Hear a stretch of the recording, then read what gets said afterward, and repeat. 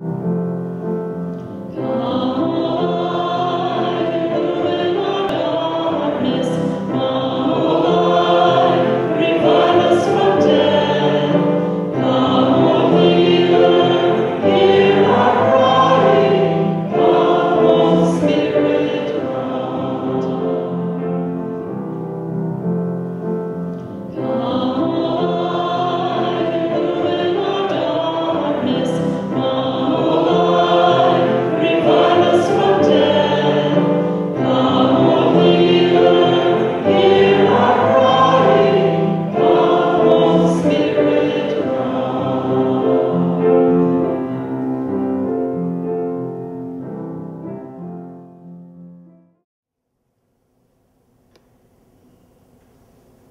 want to tell you this story. Once there was a hunter, and he lived with his wife in a village near the desert. And one day the boy said to his father, "Dad, I want to go hunting with you." And the mother said, "No, you're too young." The father said, "Let him come." The next day, the father and the son went hunting. And they had been tracking a gazelle for a long time when the hunter said, "Son, wait here by this tree, because here you'll be safe." But in the few moments that the son waited by the tree, a snake slid down from that very tree and bit the boy. And the father returned to find his son lying dead on the ground. And in great sorrow, he took the son and wrapped him in a cloak and walked back to his hut.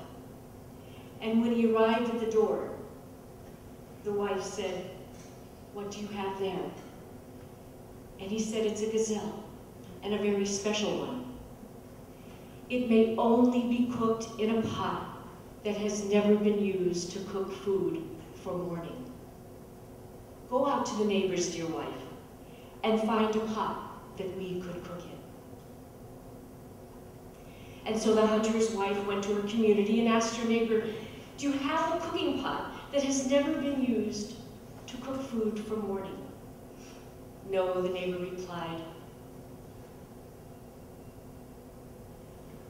"My spouse died last year, and I used the pot to cook that meal for morning." The woman went to another neighbor.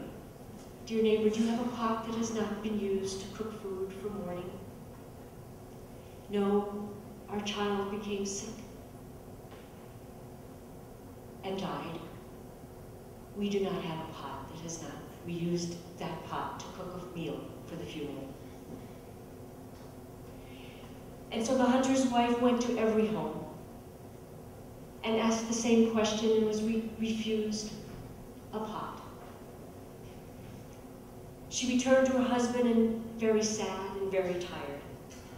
"Husband," she said, "there is no such pot. All the pots in the village have been used to cook meals of morning. All have known death and sorrow." The husband unfolded the cloak, revealing the son of this body of her dead child. "Today, my love," he said, "it is our turn."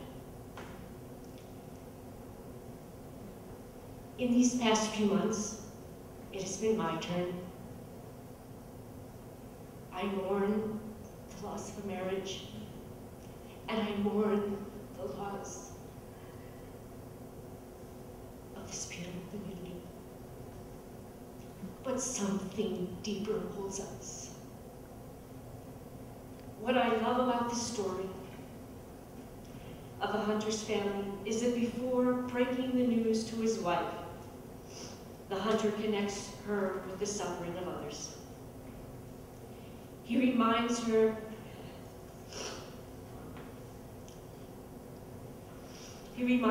that she will not be alone with her pain. To share and speak of loss draws us closer. Though the fabric of life seems torn, we discover something deeper still holding us. all whose tiny crosses of suffering we bear, each overlaid with enduring love, wrap us in a community with all of life.